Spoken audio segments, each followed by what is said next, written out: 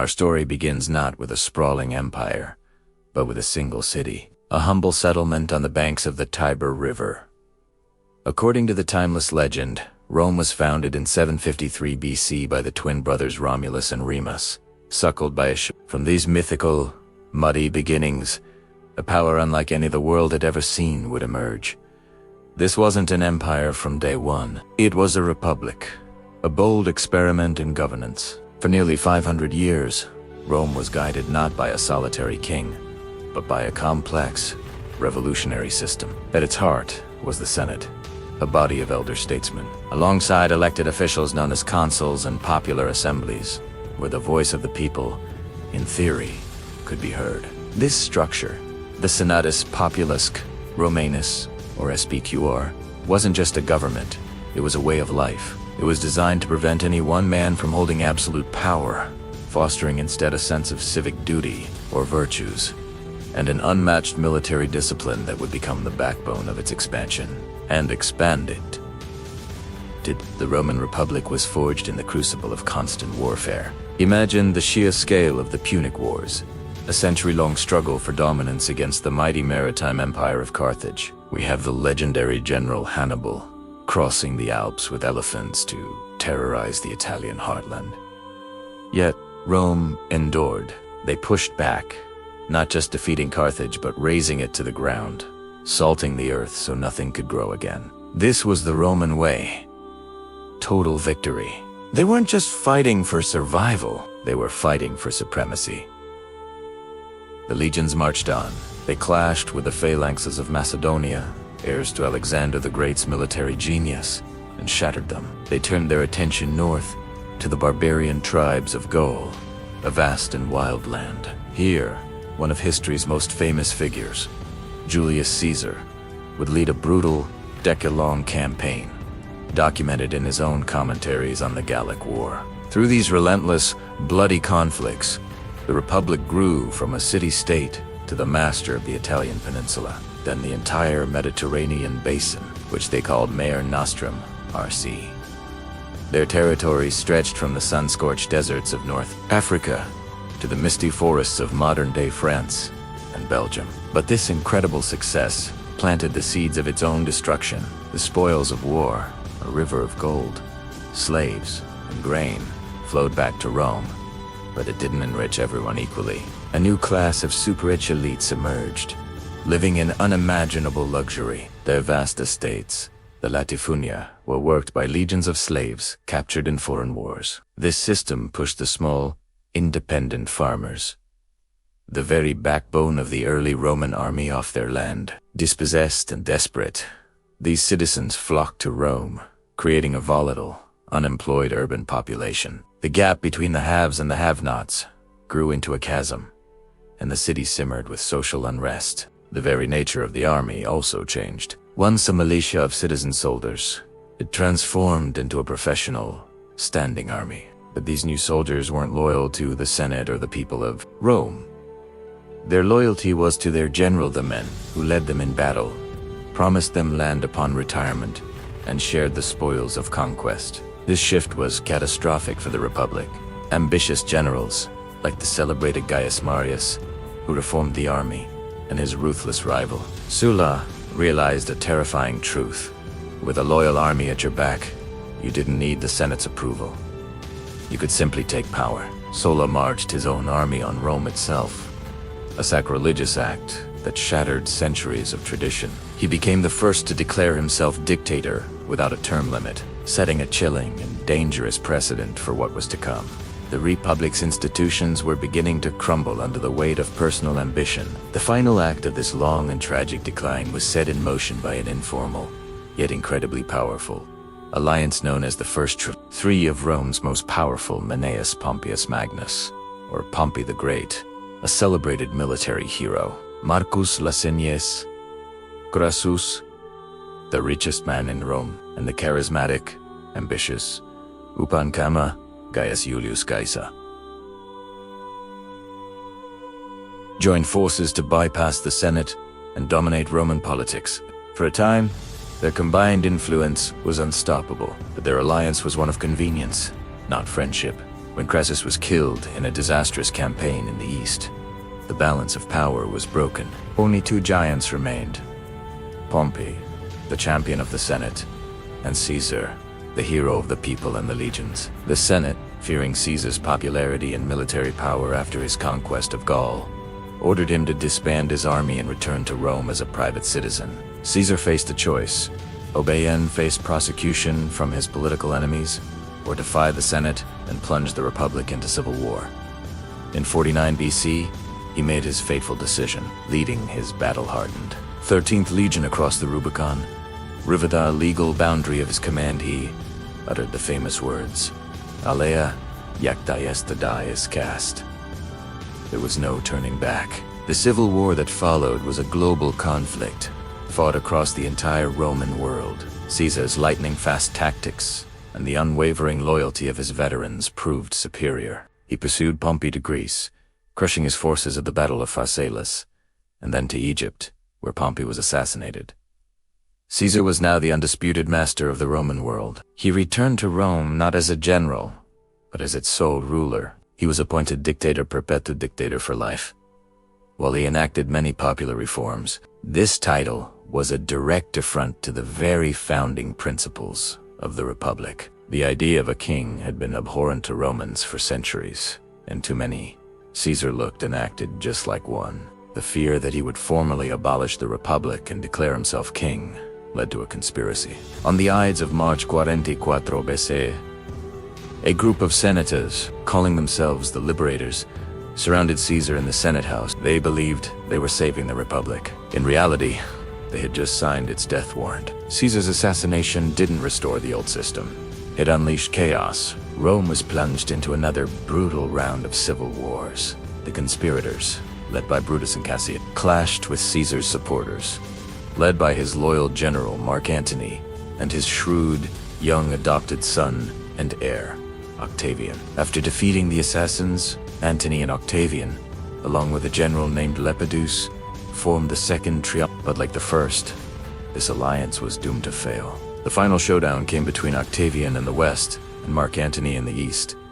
Antony had allied himself with the last queen of Egypt, the captivating Cleopatra. Their combined forces met Octavian's fleet at the naval battle of Actium in 31 BC.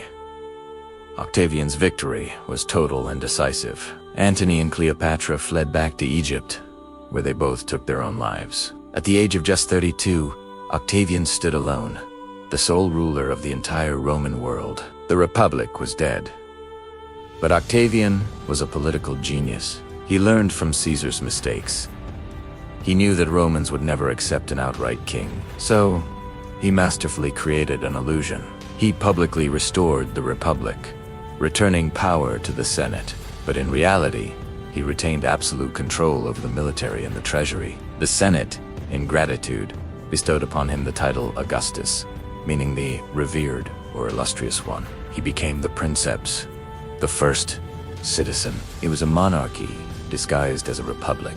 With this brilliant political theater, the Roman Republic officially ended, and in its place, the Roman Empire was born, with Augustus as its very first emperor. The age of legions and senators had given way to the age of emperors, a new chapter for Rome that would last for another 5 centuries.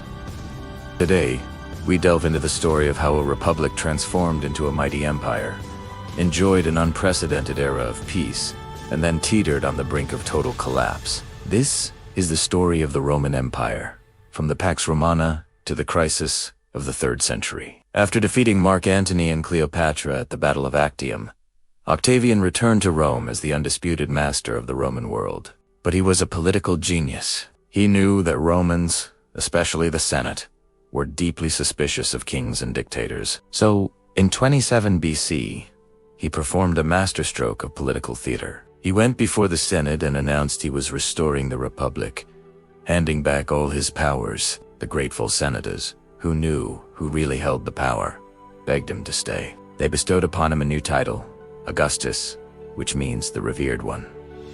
He was also named princeps, or first citizen. In doing so, Octavian, now Augustus, became the very first Roman emperor. Cleverly disguising his absolute monarchy under the familiar and comforting cloak of republican traditions. The consuls were still elected, the Senate still met, but everyone knew where the real authority lay. The reign of Augustus marked the beginning of something extraordinary. A 200-year period of stability and prosperity known as the Pax Romana, the Roman peace. For the first time in centuries, the Mediterranean world was largely free from major civil wars. Imagine a world where, for 2 centuries, you could travel from the misty shores of Britain, through Gaul, across the Alps, all the way to the deserts of Syria and Egypt, all under a single rule, a single currency, and a single system of law. It was an age of incredible progress. To secure this peace, Augustus and his successors maintained a powerful, professional army. The legions, these legendary fighting machines, were stationed along the frontiers, the Rhine and Danube rivers in Europe, the deserts of North Africa, and the borders with Parthia in the east.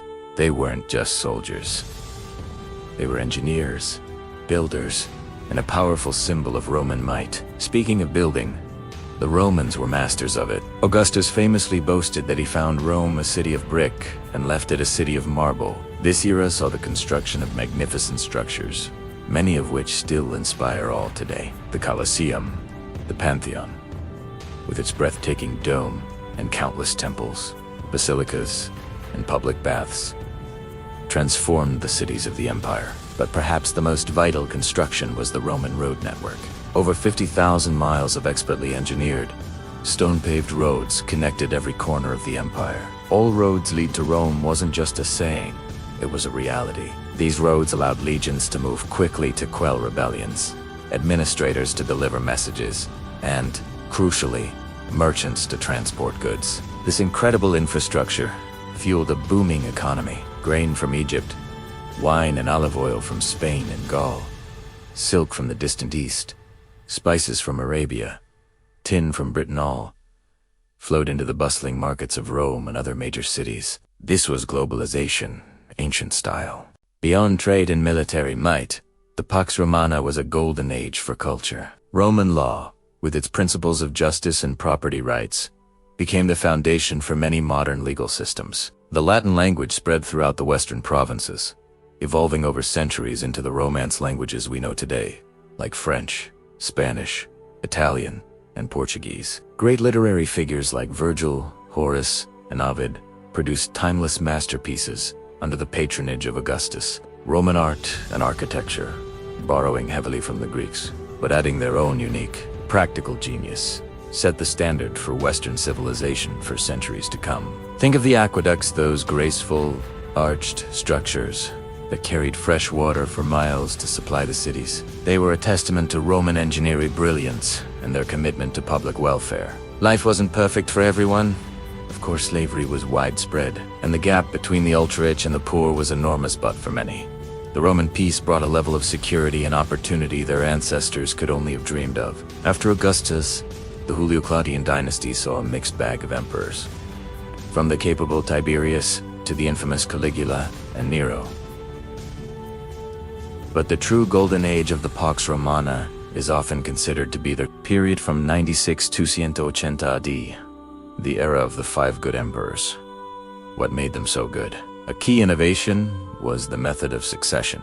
Instead of relying on the lottery of birth, these emperors adopted a worthy and capable successor, ensuring a smooth transition of power and competent leadership. It began with Nerva, an elderly senator who adopted the popular general Trajan. Trajan was a brilliant military commander who expanded the empire to its greatest territorial extent, conquering Dacia modern Romania and even pushing into Mesopotamia. His successor, Hadrian, was a different kind of ruler. He was a great traveler, a lover of Greek culture, and he realized the empire was becoming overstretched and wisely pulled back from some of Trajan's eastern conquests. Instead, he focused on strengthening the frontiers, most famously by building Hadrian's Wall across the north of Britain to keep the barbarian tribes at bay. After Hadrian came the peaceful and pious Antoninus Pius, whose reign was so tranquil that it's almost forgotten by history. A sure sign of good governance, the last of the 5 good emperors was Marcus Aurelius.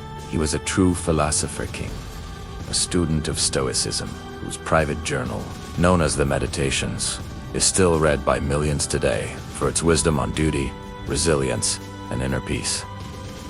But his reign was anything but peaceful. He spent most of it on the northern frontier, battling relentless waves of Germanic tribes who were pressing against the empire's borders. He was a man who craved a life of quiet contemplation, but was forced by duty to be a warrior. The pressures on the empire were beginning to mount. The long peace was coming to an end.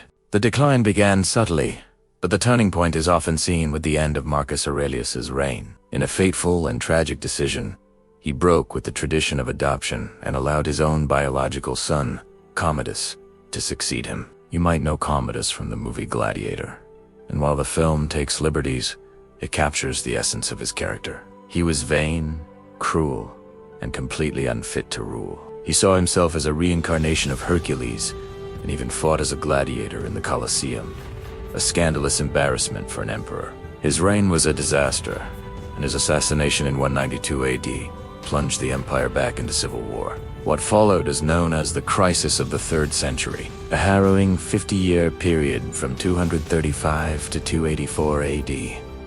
It was a perfect storm of disasters that almost brought the Roman world to its knees. The political stability of the Pax Romana shattered completely. The army, once the protector of the state, became its greatest threat. Legions on the frontiers would simply proclaim their own generals as emperor, marching on Rome to seize power. This led to constant civil war. In just 50 years, there were more than 20 officially recognized emperors, and dozens more users. Most of them met a violent end, often murdered by their own troops. They are known as the barracks emperors, men who rose and fell by the sword. While the empire was tearing itself apart from within, its enemies were gathering at the gates. On the Rhine and Danube frontiers, confederations of Germanic tribes, like the Goths, Franks, and Alemanni, launched devastating raids deep into Roman territory. They sacked cities, destroyed farms, and carried off loot and slaves. To the east, a new and aggressive Persian dynasty, the Sassanids, had replaced the old Parthian Empire. They were a far more organized and dangerous foe, and they inflicted several humiliating defeats on the Romans, even capturing the Emperor Valerian in battle, an unprecedented catastrophe. As if civil war and invasion weren't enough, the empire's economy went into a complete meltdown. To pay the soldiers they depended on, emperors endlessly devalued the currency. Silver coins were mixed with more and more base metals until they were little more than bronze tokens with a silver wash. This led to hyperinflation. Prices skyrocketed, savings became worthless, and people abandoned money altogether, reverting to a barter economy. Trade, the lifeblood of the Pax Romana, collapsed.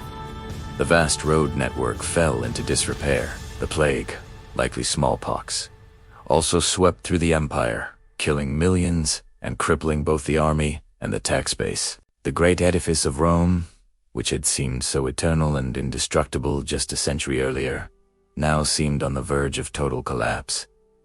It was a dark and desperate time, but Rome was not yet finished. Out of this chaos, a series of tough, hard-nosed soldier empires would emerge to pull the empire back from the brink. They would reform the army, stabilize the economy, and lay the groundwork for a new, very different Roman Empire. The age of Augustus and the easy peace was gone forever, but the story of Rome was far from over. Last time, we left Rome teetering on the brink of collapse during the crisis of the 3rd century. It was a chaotic mess of civil wars, economic disaster, and barbarian invasions. It seemed like the end was near, but just when all hope seemed lost, a new emperor stepped onto the stage, a man with a radical plan to save the empire. His name was Diocletian, and his reforms would change Rome forever. Diocletian took the throne in 284 AD, and he immediately recognized a fundamental problem. The Roman Empire was simply too big, too complex, and too threatened for one man to rule alone. His solution was revolutionary. He decided to cut the Gordian knot and split the empire in two. He created an Eastern Roman Empire and a Western Roman Empire. But he didn't stop there. He established a system known as the Tetrarchy, or Rule of Four. Each half of the empire would be ruled by a senior emperor, an Augustus, and a junior emperor, a Caesar, who would be his designated successor. Diocletian became the Augustus of the East, with his Caesar in the West. His old army buddy Maximian became the Augustus, with Constantius as his Caesar. This new system was designed to provide stable leadership, ensure a smooth succession, and allow the emperors to respond more quickly to threats on multiple fronts. For a time, it actually worked. The Tetrarchy brought a period of stability, repelling invaders and restoring some order to the battered empire. Diocletian also launched sweeping economic and administrative reforms, trying to curb runaway inflation and streamline the bureaucracy.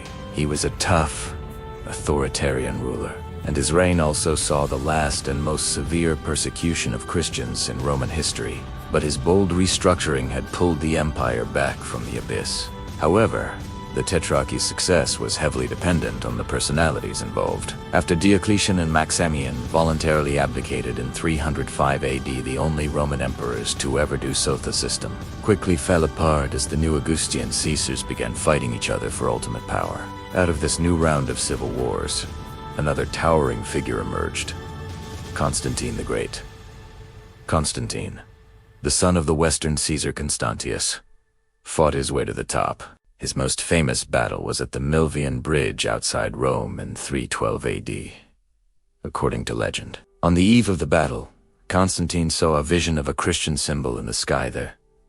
Chiro and heard a voice say, "In this sign, you will conquer." He had his soldiers paint the symbol on their shields, and they won a decisive victory. This event marked a turning point for Constantine and for the entire Roman world. He became the first Roman emperor to convert to Christianity, ending centuries of persecution with the Edict of Milan in 313 AD, which granted religious tolerance throughout the empire. Christianity, once a persecuted minority faith, was now on its way to becoming the dominant religion of the Roman state. But Constantine's most lasting legacy was a geographical one. He recognized that the old capital, Rome, was becoming a strategic and economic backwater. The real wealth, population, and military action were now in the east. So, in 330 AD, he made a monumental decision. He took the ancient Greek city of Byzantium, strategically located on the Bosphorus, straight connecting Europe and Asia, and completely rebuilt it into a magnificent new capital. He called it Nova Roma, or New Rome. But everyone soon came to call it Constantinople, the city of Constantine. This wasn't just a change of address, it was a fundamental power shift for the next 1,000 years. Constantinople would be the heart of the Roman world there, heavily fortified, incredibly wealthy, and vibrant center of commerce, culture, and power. The center of gravity of the Roman Empire had permanently moved eastward. After Constantine's death, the division between the eastern and western halves of the empire became more pronounced. While they were still theoretically one empire, they were often ruled by separate emperors, and they began to drift apart culturally. The West remained largely Latin-speaking and was tied to the traditions of the city of Rome. The East, centered on Constantinople, was predominantly Greek-speaking and developed its own unique cultural and political identity. This growing divide, what some call the Great Schisma of the empire, was like a slow, deep crack forming in the very foundation of the Roman world. The two halves faced different challenges and had different resources. The East was richer, more urbanized, and had more defensible frontiers. The West was poorer, more rural, and faced immense pressure on its long borders. Along the Rhine and Danube rivers, this pressure on the West reached a breaking point in the late 4th and 5th centuries. A massive wave of migrations began, triggered by the arrival of a fearsome nomadic people from Central Asia, the Huns, led by their infamous leader, Attila. The Huns swept into Eastern Europe, displacing the Germanic and Gothic tribes who lived there. Fleeing the Huns, entire nations of people, Visigoths, Vandals, Franks, and others poured across the Roman frontiers, seeking refuge and land. The already overstretched and internally weakened Western Empire simply couldn't cope. Its armies were hollowed out, its leadership was often corrupt and incompetent, and its economy was in shambles. The invasions turned from a trickle into a flood. Then, the unthinkable happened. In the year 410 AD, the city of Rome itself, the eternal city that had not been breached by a foreign enemy in 800 years, was captured and sacked by the Visigoths under their king Alaric. The psychological shockwave from this event was immense. It was a sign to the world that the Western Roman Empire was truly dying. Over the next few decades, the situation went from bad to worse. The Vandals crossed from Spain into North Africa, capturing the province that was Rome's primary source of grain. Britain was abandoned. Gaul and Spain were overrun by various Germanic tribes who carved out their own kingdoms on Roman soil. The Western Emperor became little more than a puppet, controlled by powerful Germanic generals. The final symbolic end came in for 76 AD. A Germanic chieftain named Odoacer, leading a revolt of barbarian soldiers in the roaming army, marched on the capital of Ravenna. He deposed the last Western Roman emperor, a young boy, ironically named Romulus Augustus, pathetic echo of Rome's founder, Romulus, and its first emperor, Augustus. Odoacer didn't bother to name a successor. Instead, he simply sent the imperial regalia, the symbols of power, to the Eastern emperor in Constantinople, basically saying, "We don't need one of these over here anymore." And just like that, after more than 1,000 years of history, the Western Roman Empire was no more. Its vast territories were now a patchwork of barbarian kingdoms that would eventually evolve into the nations of modern Europe. But this was not the end of the Roman story. It was the end of a chapter. Because while the West fell, the East endured. The Eastern Roman Empire, with its mighty capital at Constantinople, its strong economy, and its formidable army, not only survived, but thrived. For the next 1,000 years, it would carry the torch of Roman civilization. We, as modern historians, call this surviving eastern half the Byzantine Empire, after Constantinople's original name, Byzantium. But they never, ever called themselves that. To the very end, they considered themselves Romans or Romaio. In their own Greek language, they were the direct, unbroken continuation of the empire of Augustus and Constantine.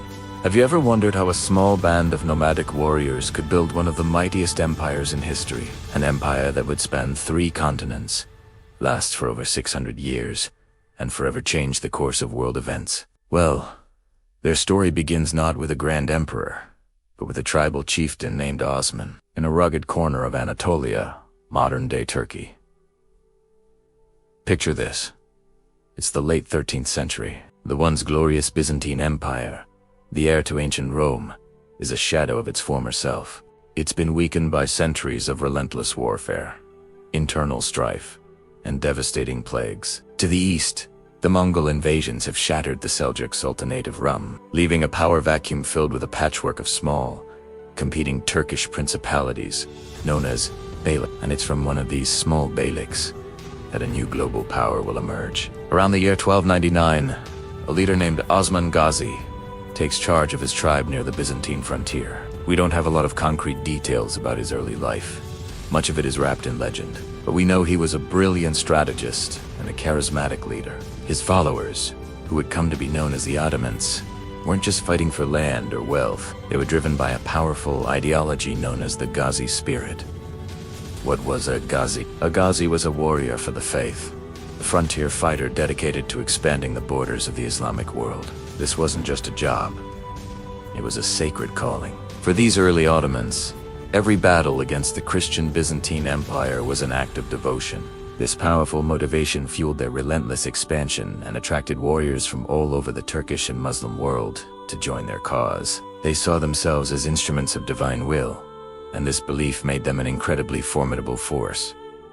But ideology alone doesn't win battles. The early Ottomans were also military geniuses. Their primary strength was their light cavalry. These horsemen were incredibly fast and mobile, perfect for the hit-and-run tactics that wore down their enemies. They could strike deep into Byzantine territory, raid towns and farmlands, and then vanish before a larger, slower army could respond. This constant pressure was like a death by 1,000 cuts for the Byzantine defenses. What truly set the Ottomans apart, though, was their pragmatism. They were not bound by rigid tradition. If a new weapon, a new tactic, or a new idea worked, they used it. They readily incorporated skilled archers, siege engineers, and even Christian mercenaries into their armies. They learned from their enemies, adopting Byzantine fortifications and administrative techniques. This open-mindedness and willingness to innovate gave them a crucial edge over their more conservative rivals. They were a melting pot of military and cultural technologies, taking the best from everyone they encountered. Under Osman's son, Orhan, the Ottomans captured their first major city, Bursa, in 1326, and made it their capital. This was a huge turning point. It marked their transition from a nomadic tribe to a settled state with a government, a bureaucracy, and a mint to produce their own coins. They were no longer just raiders. They were builders of a state. The real game changer came in 1354.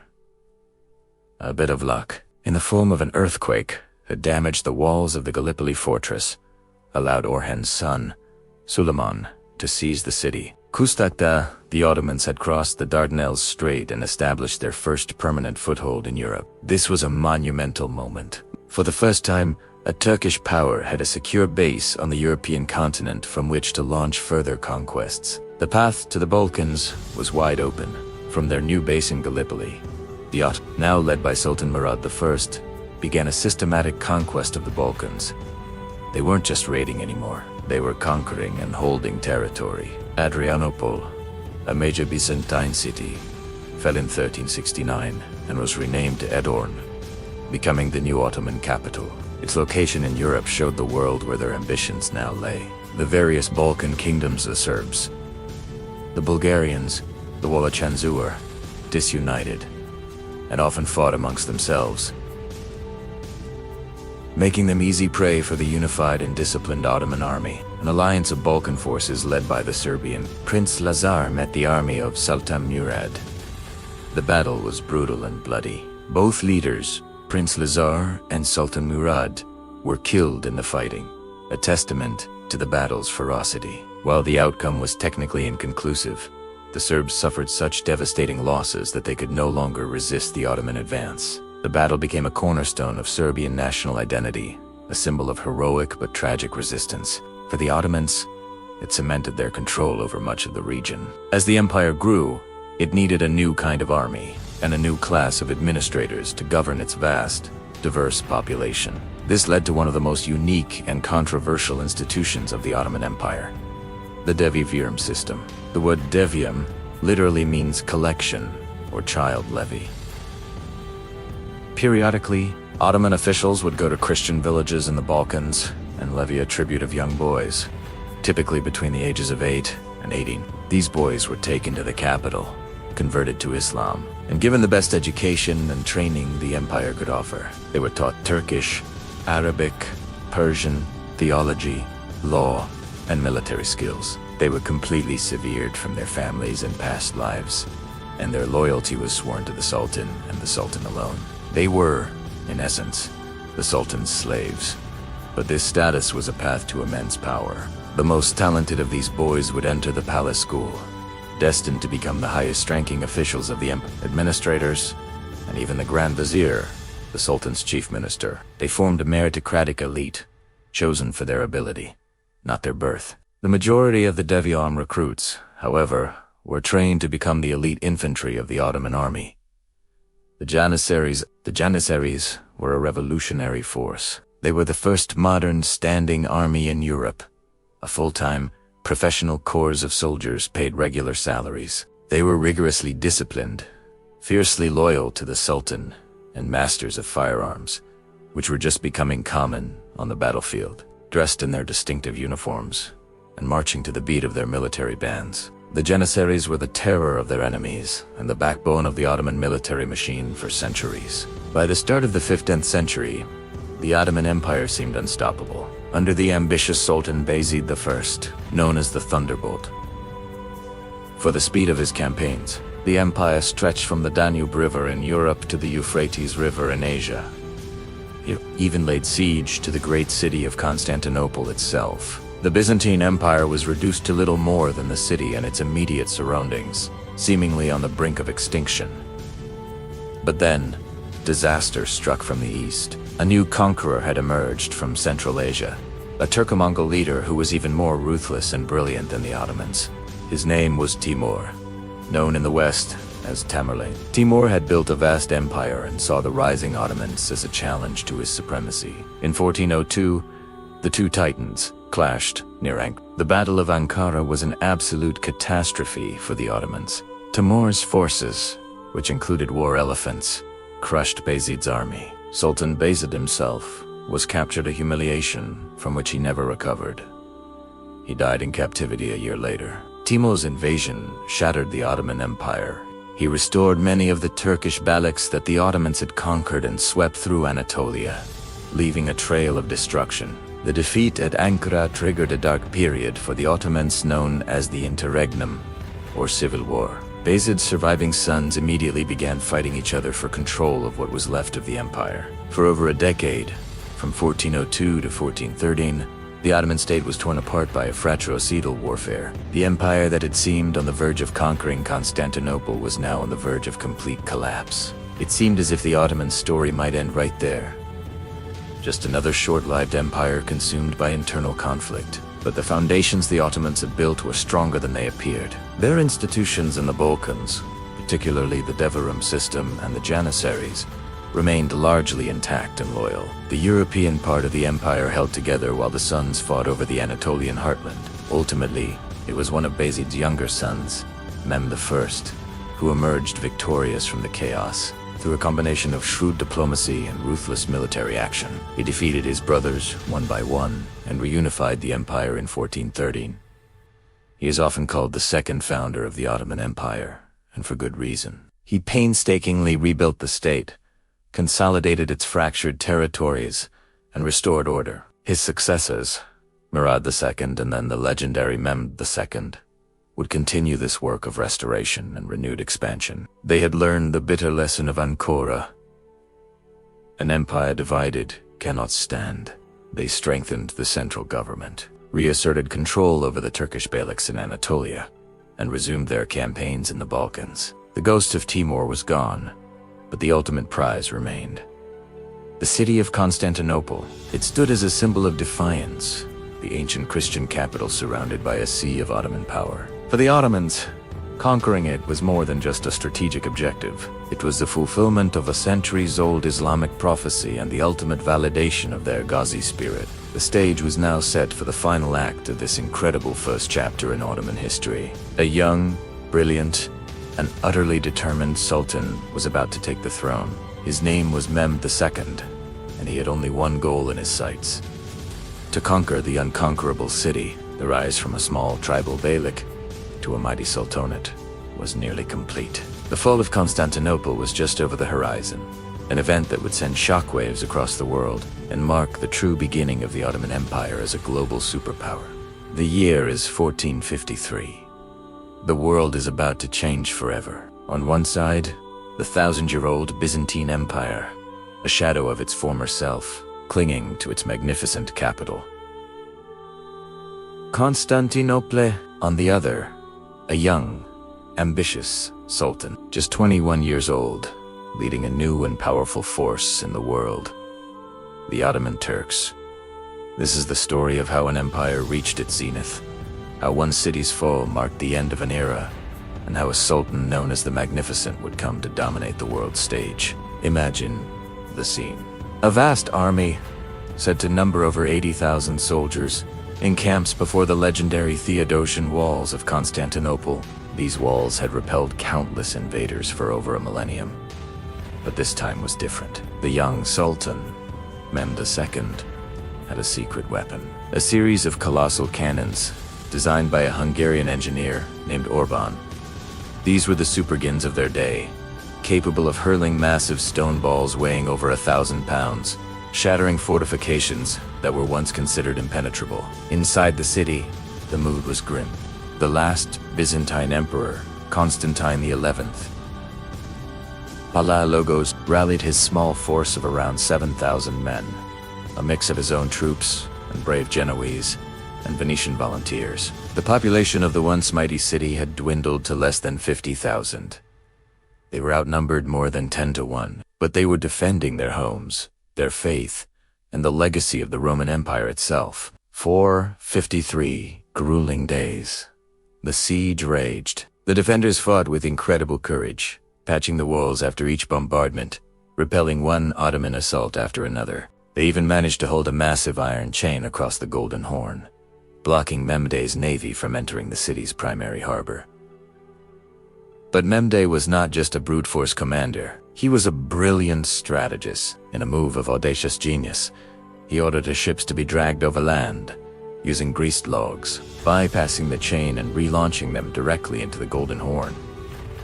The psychological blow to the defenders was immense. Their flank was now exposed, and their resources were stretched to the breaking point. The final assault was planned.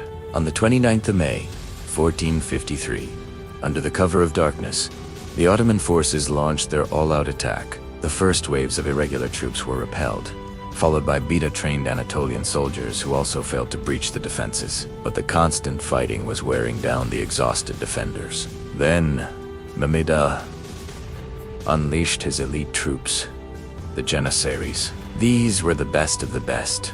Soldiers raised from a young age to be loyal only to the Sultan. In the heat of the battle, a small group of Janissaries discovered that a small gate, the Kirkaporta, had been left unlocked. They poured through, raising the Ottoman standard on the battlements. At the same time, the constant cannon fire finally created a major breach in the main walls. Emperor Constantine XI, seeing that all was lost, reportedly threw off his imperial regalia and charged into the fray, fighting and dying alongside his last soldiers. He was never seen again. The fall of Constantinople was a moment that sent shockwaves across the world. For the Islamic world, it was a monumental triumph, the fulfillment of a prophecy and a dream held for centuries. For European Christendom, it was a catastrophe. The gateway to the east had fallen. Panic spread through the courts of Europe. But for history, it was something more profound. This was the moment that many historians mark as the true end of the Middle Ages. The Roman Empire, which had existed in an unbroken line from Augustus Caesar, was finally, definitively extinguished. Sultan Mehmed II rode into the city, not as a destroyer, but as a new master. He famously went to the Hagia Sophia, the grandest cathedral in Christendom, and after marveling at its beauty, he ordered it to be converted into a mosque. This act symbolized the new order.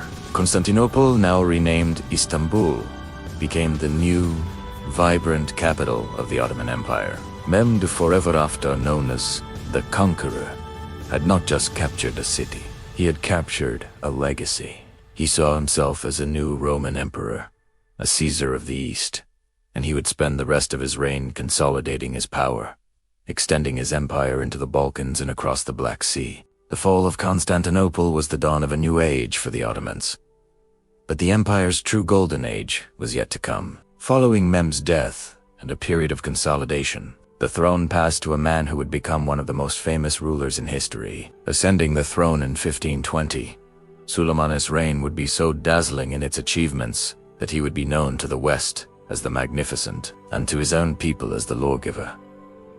Suleiman inherited an empire that was already a major power, but he would transform it into a truly global force. He was a brilliant military commander, personally leading his armies on 30 major campaigns. Soon after taking power, he captured the strategic city of Belgrade, opening the door to Central Europe. He then crushed the mighty kingdom of Hungary at the Battle of Mohacs. In 1526, the Hungarian king was killed, and the kingdom was shattered, with much of it falling under Ottoman control. A few years later, in 1529, Suleiman's ambition took him to the very gates of Vienna, the heart of the Habsburg domains. Although the siege of Vienna ultimately failed due to overstretched supply lines and the onset of winter, the very fact that Ottoman armies were threatening the center of Europe struck fear into every Christian monarch. While his armies marched across the land, his navies were dominating the seas under the command of the legendary admiral Harudin Barbarossa. The Ottoman fleet turned the Mediterranean into what many called an Ottoman lake. Barbarossa, a former corsair, became the Grand Admiral of the empire, defeating the combined fleets of the Holy Roman Empire, Venice, and the Papacy.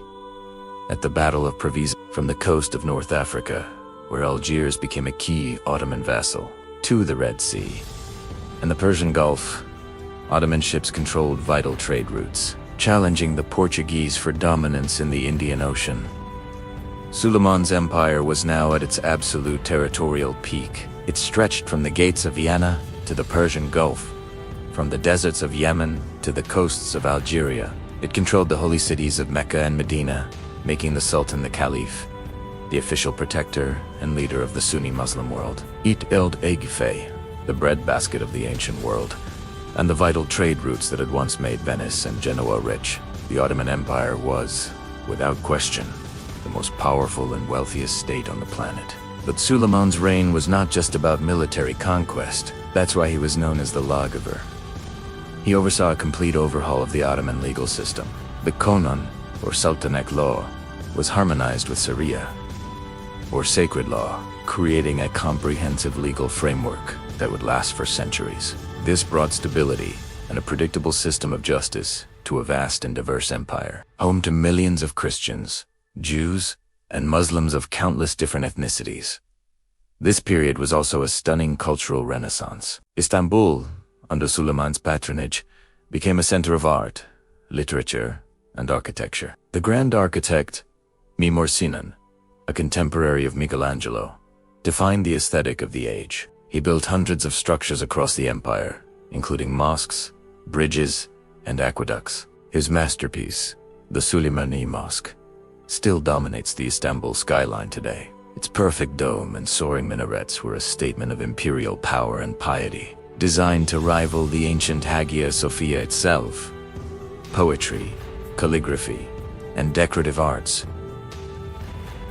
flourished. The imperial workshops produced some of the most beautiful ceramics, textiles, and metalwork the world has ever seen. Suleiman's court was a place of incredible sophistication and ceremony, but also of intense political intrigue, especially within the confines of the Topkapi Palace's harem. His relationship with his wife, Hürrem Sultan, also known as Roxalana, is the stuff of legend. Originally a slave girl from Ruthenia, she captured the Sultan's heart, became his legal wife, and wielded enormous political influence, a revolutionary development in Ottoman tradition. The period from 1453 to 1566 marks the imperial zenith of the Ottoman world. It was a time defined by audacious ambition, unparalleled military success, and a brilliant cultural flowering. Mehmed the Conqueror provided a foundation by capturing the greatest city in the world and claiming its legacy. Suleiman the Magnificent built upon that foundation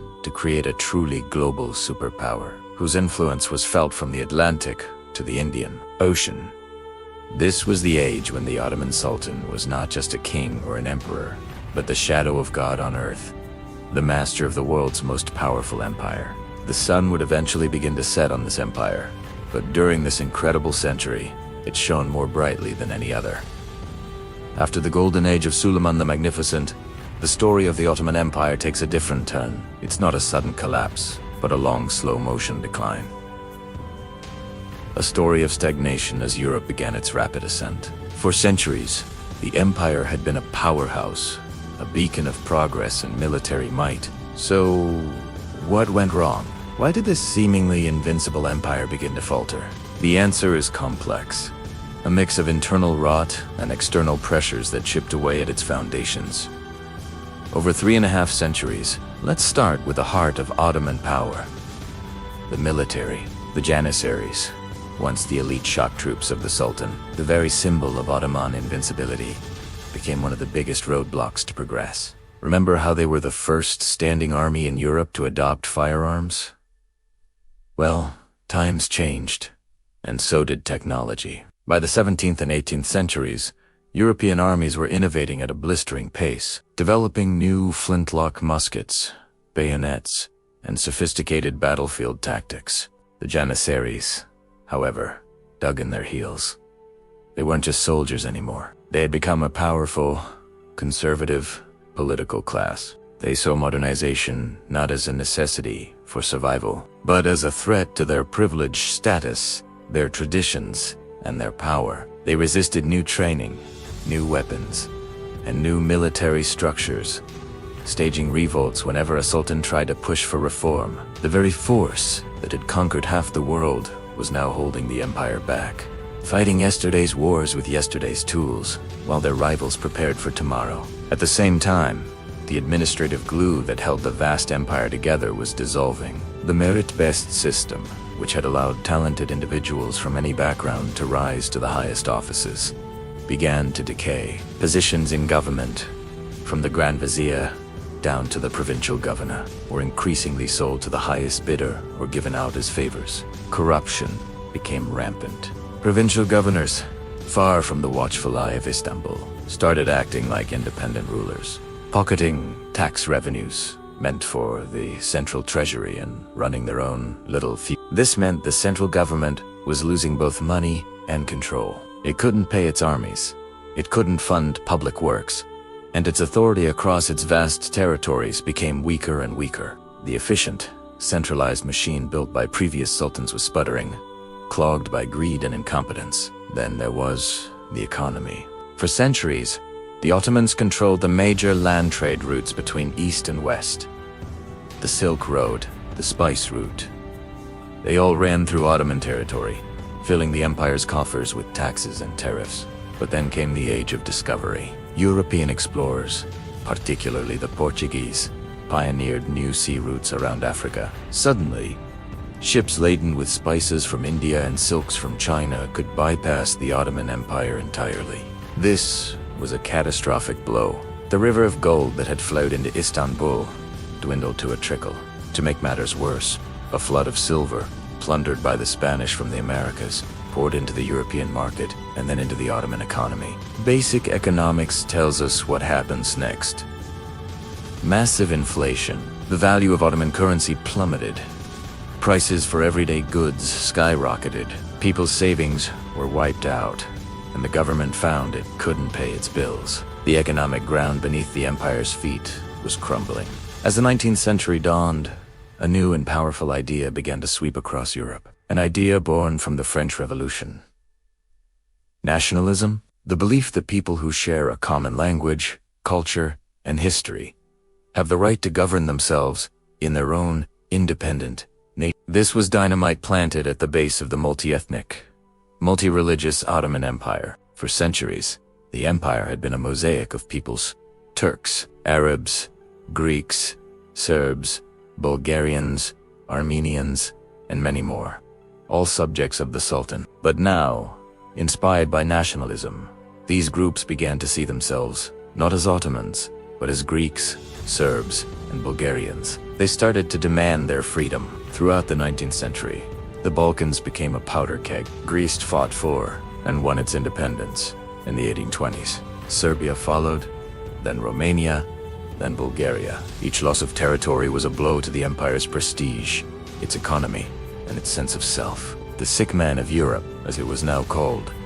was being carved up piece by piece, not just by foreign powers, but by its own subjects demanding a nation of their own. Now, it would be wrong to think the Ottomans just sat back and watched their empire disintegrate. There were serious, often desperate, attempts at reform.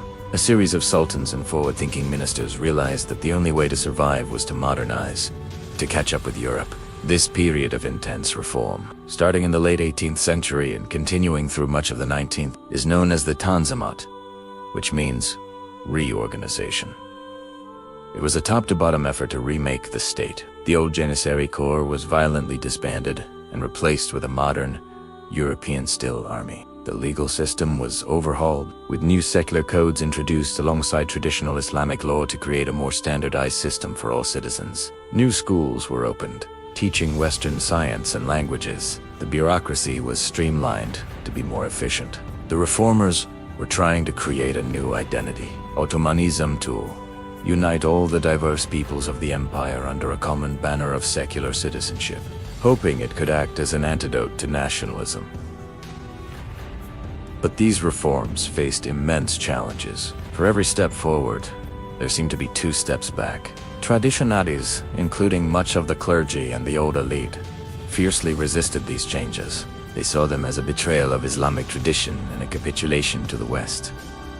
Furthermore, the reforms were often too little, too late. The empire was already so weakened by internal corruption and economic woes that it struggled to implement these ambitious plans effectively, and the tide of nationalism in the Balkans and other regions was too strong to be turned back by promises of equality within the empire. The subject peoples didn't want to be equal Ottomans. They wanted to be independent. So while the Tanzimat reforms were a noble and necessary effort, they ultimately couldn't stop the long decline. The empire was caught in a tragic bind. It was too weak to resist the pressures of the modern world. Yet, its attempts to change were constantly undermined from within and without. The stage was set for the final, dramatic collapse that would come with the First World War. Imagine a world where four ancient, powerful empires spanned across continents. Their rulers descended from lines stretching back centuries. The Russian Romanovs, the German Hohenzollerns, the Austro-Hungarian Habsburgs, and the Ottoman Sultan. By the early 20th century, this world was on the brink of a cataclysmic implosion, and at the heart of this collapse was the Ottoman Empire, a realm that had once made Europe tremble.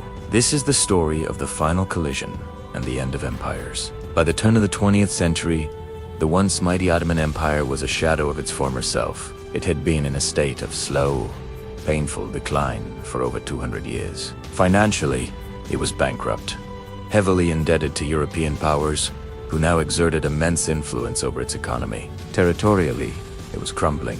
The Balkan Wars of the early 1910s had been a disaster, stripping the empire of almost all its remaining lands in Europe, territories it had held for 5 centuries.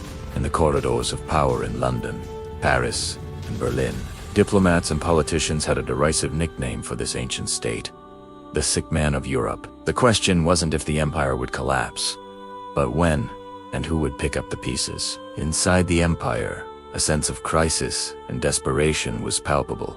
The old Sultanate had been sidelined by a revolutionary group of army officers known as the Young Turks. They were nationalists, modernizers, and deeply anxious about the empire's survival. They had seized power with promises of reform and rejuvenation, but the challenges they faced were monumental. They dreamed of restoring the empire's lost glory and power, of proving to the world that the sick man was not dead yet. And in the summer of 1914, they saw an opportunity, or so they thought, when the Archduke Franz Ferdinand was assassinated in Sarajevo, setting off the chain reaction that would become World War I.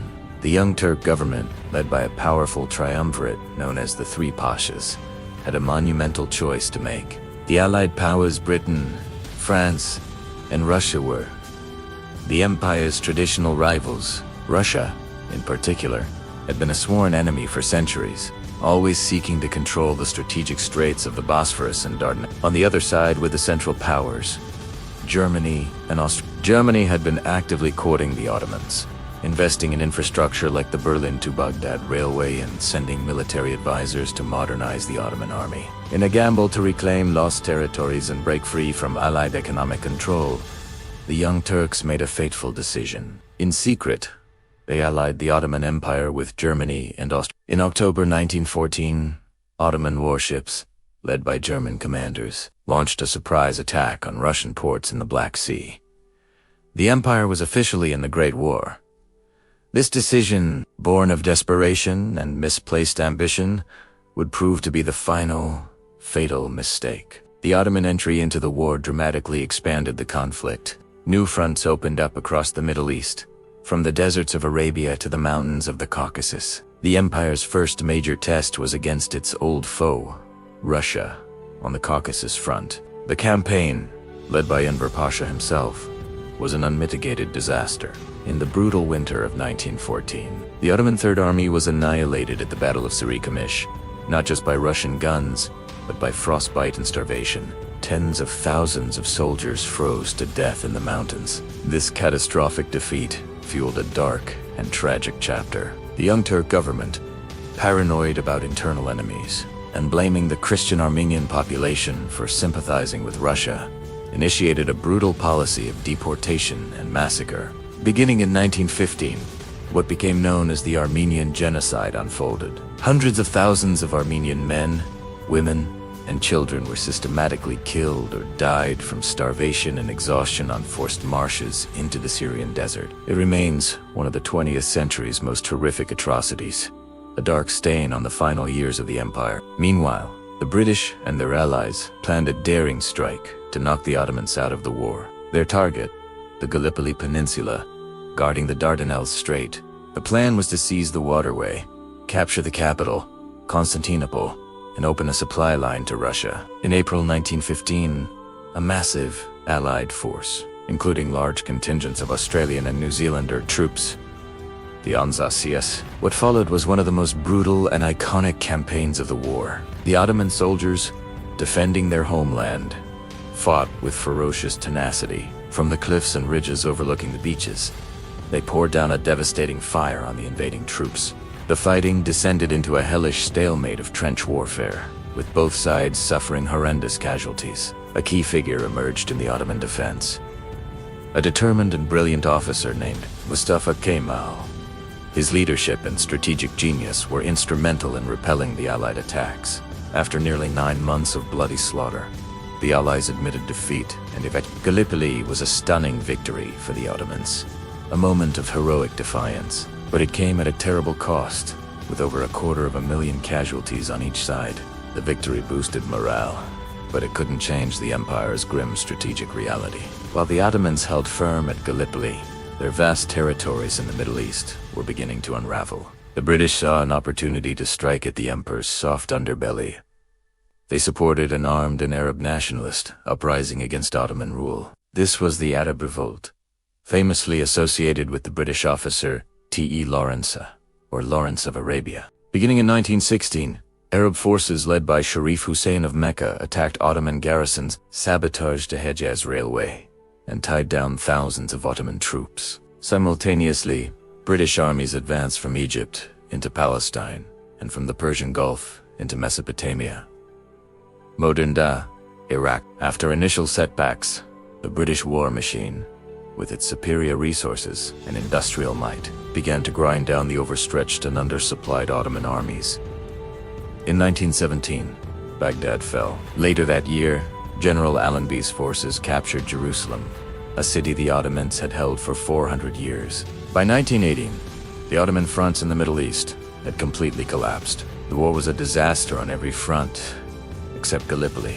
The empire's economy was shattered, its people were starving, and its armies were in tatters. With its allies, Germany and Austria-Hungary, facing defeat on the Western Front, the Ottoman government had no choice but to sue for peace. On October 30th, 1918, aboard a British battleship in the Aegean Sea, Ottoman representatives signed the Armistice of The fighting was over. The armistice terms were harsh, essentially allowing the victorious Allied powers to occupy any part of the empire they deemed necessary. The Great Ottoman Empire, which had existed for over 600 years, was effectively finished. Its government was powerless, and its lands were about to be carved up by the victors. The end of the war brought not peace, but a new phase of conflict. Allied warships sailed into Constantinople. British, French, Italian, and Greek troops occupied key parts of the empire. The Treaty of Sevres, presented to the defeated Sultan in 1920, was a final humiliation. It dismembered the empire entirely, creating British and French mandates in the Middle East, giving territory to Greece and Italy, and establishing international zones. All that would be left of the once vast empire was a small, powerless state in central Anatolia. But the story wasn't over. From the ashes of military defeat, a new nationalist movement arose. Its leader was the hero of Gallipoli, Mustafa Kemal. He refused to accept the partition of the Turkish heartland. Escaping from occupied Constantinople, he traveled to Anatolia and began to organize a resistance. This was the start of the Turkish War of Independence. From 1919 to 1922, Kemal's nationalist forces fought a series of brilliant campaigns against the occupying Greek armies and other powers, successfully driving them out of Anatolia. As Kemal's victories mounted, his power grew. He established a new Grand National Assembly in Ankara, which became a rival government to the sultans in Constantinople. The final act came in November 1922.